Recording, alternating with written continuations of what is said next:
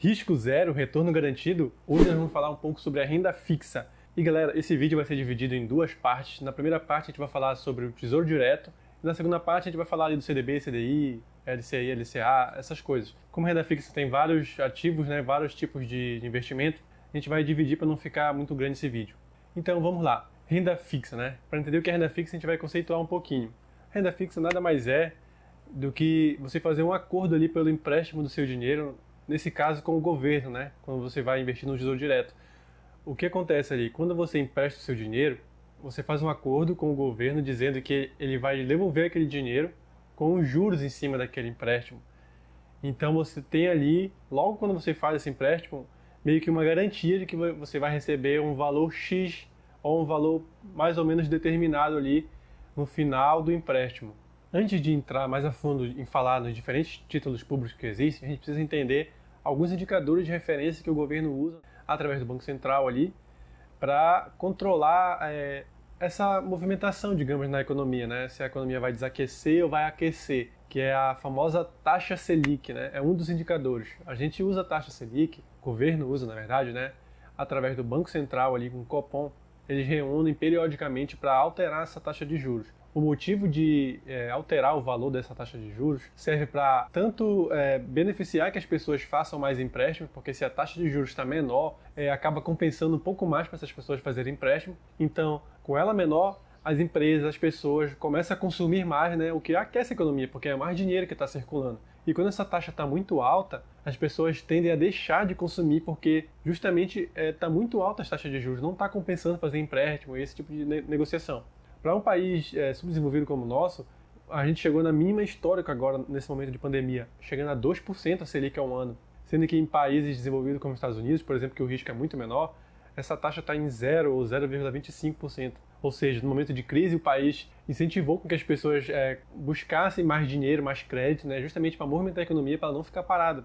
Porque lojas, comércio, tudo fechado, então a gente precisava dar um jeito de aquecer a economia novamente, né? Apesar do auxílio estar ali, sendo gerado dinheiro, né, para ajudar as famílias, ainda a gente precisava de um auxílio a mais. Então a taxa Selic é basicamente isso, né, uma taxa de juros que serve de referência para o governo, que ele altera de acordo com a economia, né, de como está a economia naquele momento. E as outras instituições acabam usando a taxa Selic também de referência, né, para fazer empréstimo, para fazer negócios, para marcar a rentabilidade, né, dos seus investimentos, por exemplo, e outras coisas.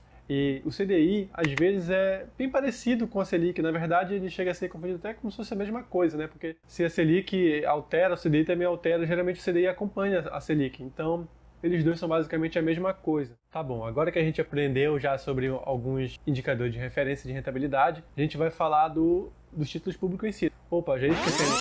Tem também o indicador IPCA. O IPCA nada mais é que um indicador da inflação. Ele mede ali o nível de inflação, né, a porcentagem de alta ou de baixa da inflação no ano ali. Então, por exemplo, né, digamos que a inflação esse ano foi 10%. Então esse indicador ali vai registrar que no ano tal a inflação foi 10%. E é para isso que ele serve, para medir ali o nível de inflação no ano. Então, galera, vamos começar falando do Tesouro Selic, né, ou o LFT. A gente não precisa decorar essas siglas, tá? LFT significa Letra Financeira do Tesouro. Mas pra gente isso aqui não faz o menor sentido agora. Então, o Tesouro Selic ele é um título pós-fixado, ou seja, ele tem um rendimento atrelado à taxa Selic.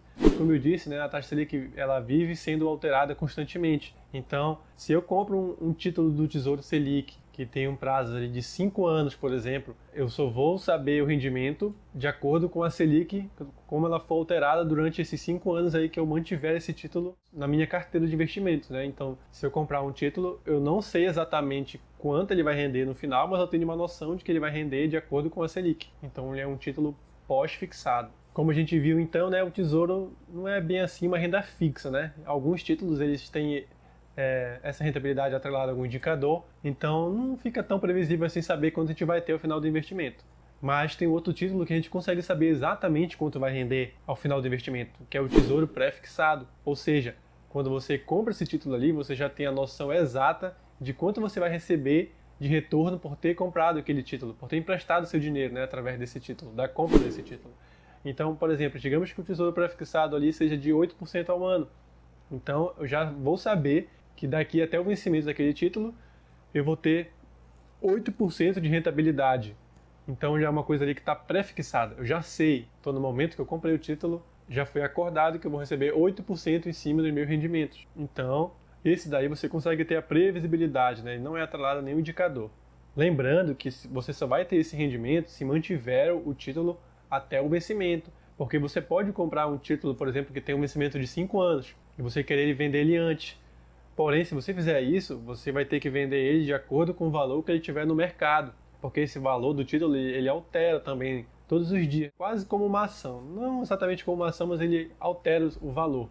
Então, se você comprou ele agora, digamos que por R$100, estou chutando aqui um valor, e amanhã ele está valendo R$90, você se arrependeu de investir nele e quer vender, você vai ter que vender ele por R$90 e você vai ficar no prejuízo, né? Então, se você resgatar ele só no vencimento, você vai ter o seu dinheiro de volta, mais a porcentagem combinada da taxa de juros, sem perder nadinha por isso. Então você tem que ficar atento aí, né, de colocar um dinheiro que você não vai precisar mexer, seja para qualquer tipo de investimento, na verdade essa é uma recomendação, né, galera? Se você tem um dinheiro que você quer investir, tem que estar separado do dinheiro que você tem como reserva e tudo mais, para não precisar estar mexendo ali no dinheiro que você colocou para render, para investir. Por que esse valor do título fica alterando diariamente ali? É simples, né? É oferta e demanda. Se tem muita gente atrás do título, o valor do título sobe e a taxa de juros cai. E se tem pouca gente atrás do título, a taxa de juros sobe e o valor do título cai. Então é meio que oferta e demanda. Por isso que esse valor oscila também diariamente. Temos ainda o NTNF, que é uma variação do tesouro pré-fixado, só que com a diferença que ele paga os juros semestrais do que rendeu. Então, digamos, temos o tesouro pré-fixado, que você vai pagar esse rendimento no final do investimento combinado, e temos o tesouro pré-fixado com juros semestrais que paga a cada 6 meses, como o próprio nome diz, né? Então, se você deixou o dinheiro lá, combinou aquela rentabilidade, por exemplo, de 8, 10% ao ano, sei lá, então a cada 6 meses ele vai te dando ali a porcentagem do que rendeu, né? Em cima do valor que rendeu. 6 meses, deixa lá um dinheirinho, mais 6 meses vai deixando de novo, e assim vai, até chegar ao final do contrato ali de negócio que vocês fizeram, né? Temos ainda o NTNB, que é o Tesouro IPCA+, com juros semestrais, como o próprio nome diz, né? Ele é atrelado a um indicador, que é o IPCA, e também tem os juros ali combinado na hora da compra, né? Que é o juros pré-fixado. Então, como ele fala que é semestrais, então nós vamos ter a cada 6 meses ali um retorno em cima do que tiver oscilado a inflação, né? Uma taxa ali que não dá para saber, como está atrelado a esse indicador, e uma parte dos juros combinada, por exemplo, se é IPCA mais prefixado de 4%, né, por exemplo. Então você sabe que se a inflação rendeu 5% e mais 4% combinado ali, né, na hora da compra, você vai ter 9% garantido ali. Então a cada 6 meses você recebe ali um proporcional que vai caindo ali, que você vai tendo uma certa previsibilidade, né, assim como o título que eu falei anteriormente. E por fim temos o NTNB, que é o título que é atrelado ao IPCA, né, Tesouro IPCA+, como o nome diz, ele é um título que é atrelado ao indicador IPCA, ou seja, você vai receber todo o dinheiro que foi combinado ali, investido, mais os juros que rendeu a inflação durante esse período que foi combinado. Digamos que você emprestou por 5 anos esse dinheiro, então você vai ter uma média ali da inflação, né, de todos os anos, e vai receber isso só no final dos investimentos, diferente do semestral, que paga ali a cada 6 meses, você só vai ter esse retorno no final do investimento, ao final do resgate. Então esse dinheiro que não cai a cada 6 meses é reinvestido no próprio título ali, você recebe esse montante no final. E por fim, eu vou falar aqui agora da tributação, né? A gente precisa entender que todos os investimentos são tributados de alguma forma, né? Sempre o governo quer uma bocada ali do nosso dinheiro. Então eu vou deixar uma tabela aqui em algum lugar do vídeo, vou usar minha colinha aqui para falar, que é para você ter uma noção de quanto vai ter que pagar de imposto ali em cima dos seus investimentos. É chamada de tabela regressiva, né? Essa tabela de impostos. Ela tem um prazo de aplicação para definir, de acordo com o prazo, quanto vai ser cobrado de imposto em cima do seu investimento. É em cima do lucro, tá, galera? Então, não é cobrado nada em cima do dinheiro que você investiu, é cobrado em cima do lucro. Então, se você deixou o seu dinheiro investido de 0 a 180 dias, você vai ser cobrado 22,50% de imposto em cima do lucro. Então, se você tinha, sei lá, 10 mil investido, e esses 10 mil, ao final desse prazo aqui, no caso 180 dias, né, rendeu 5 mil reais, só para exemplo. Esses 5 mil reais, bati na câmera aqui, esses 5 mil reais vai ser cobrado 22,50% em cima desses 5 mil reais que foi gerado de lucro.